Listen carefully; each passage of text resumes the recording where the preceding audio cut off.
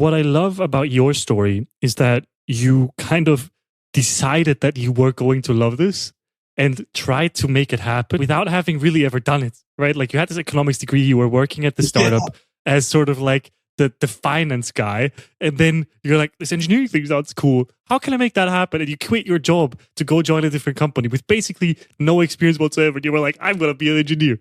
But you love it, right? Apparently, since you're still doing it like 9 years later, you must love it, right? At the time, it was like, oh, what's a respectable job? And startups were just blowing up, AngularJS was like the coolest thing ever. And people were talking about it on like Stack Overflow. And I was like, dang, what is AngularJS? I don't even know what Angular is. Like, what's JS? What is that? And I was like 21. And what else did I have to do other than go to the bars, right? I just, code instead, save some money, and make more money in the long run, for sure. So what do you think was the biggest difference from Abhi when he got that first job for $9 an hour, trying to figure everything out, to now being a staff engineer at Gatsby and having all of this experience under his belt?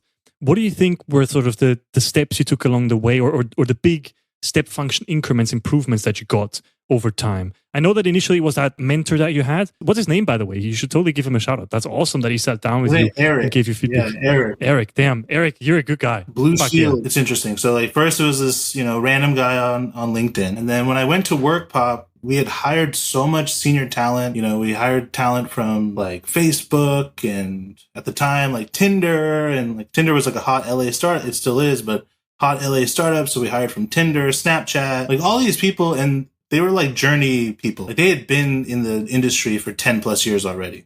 They're kind of where I'm at now back then. And they were just really, when you hire good culture fits, they realize that the company only gets better if every engineer on the team is as good as they are, or like they're striving to be. So I had all these really senior engineers say like, they just kept me honest, kept me accountable, gave me tasks, taught me things. And then slowly, if you start doing the same thing over and over again, you get good at it and you get into the same situations all the time. So you can start understanding patterns. And when they start coming to you for like, hey, what do you think this problem is? You're like, oh, I think it could be this, this, this, this. And you start becoming part of the conversation, right? And then the deeper you understand your own code base, the more people ask you like, hey, do you remember where that function is? And you're like, yeah, it's on line 37 in this file, in this folder. Like those are like these little things I did to be useful to the senior people, right?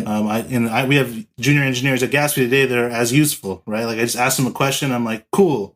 Now I can think of whatever else I need to think about now, And so having mentors along the way was really good. And I also had a chip, right? So I'd always be complaining in one-on-ones with my managers. Having good managers helps too. If they care about you, they'll try to make your behavior better. It's not just being good at engineering. Soft skills are super important. I had terrible soft skills. I used to argue with people.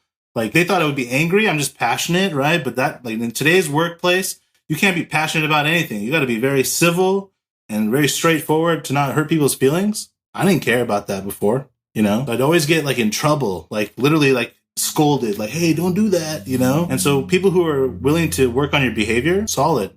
After that many years of constant mentorship, when I came to Gatsby, I was a different person. I never thought about what someone else was doing versus me. I was focused on the work, making decisions based on I've been in these situations before, so I can confidently say, I'm going to make this decision. And if I needed to call backup, I have like 6 or 7 engineers that can say like, hey, remember when we did it that time and it worked out? Like the proof, right?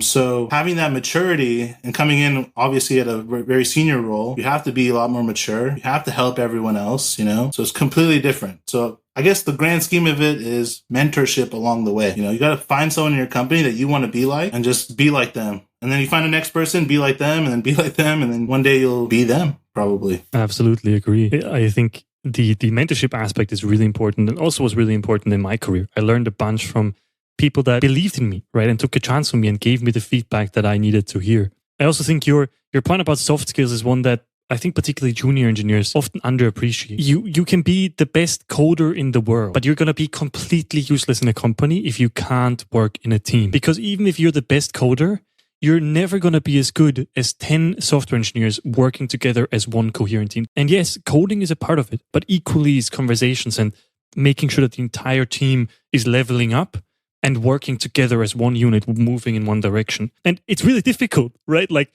Soft skills, they shouldn't be called soft skills. They should really be called the hard skills because they're, I think, the way more difficult thing to learn. The technical things, if you're passionate, you can learn those. But the soft skills, they're really, really difficult to learn. And getting good at working in a team is super crucial for the success of not just your company, but also your own career, right? But it's really, really, really difficult.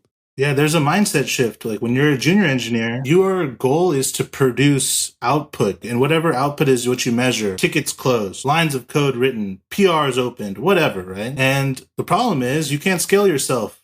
And that's what junior engineers are always just hustling, right? Pushing out code and stuff. But as you get more senior, you realize that if I can teach 3 other people how to push code at a certain velocity, I get 3 times the amount of work done. And if your company is doing great things for the world or the product is amazing, 3 times more time or impact on your product. Just because you took 30 minutes out of your day to show someone how to SSH into a container and delete some files or something. Something so trivial like that makes them a better engineer, so they never have to ask you dumb questions that you think are, whatever. Like whatever your mode of operating is, you can multiply yourself by being a little bit more mature in your engineering path.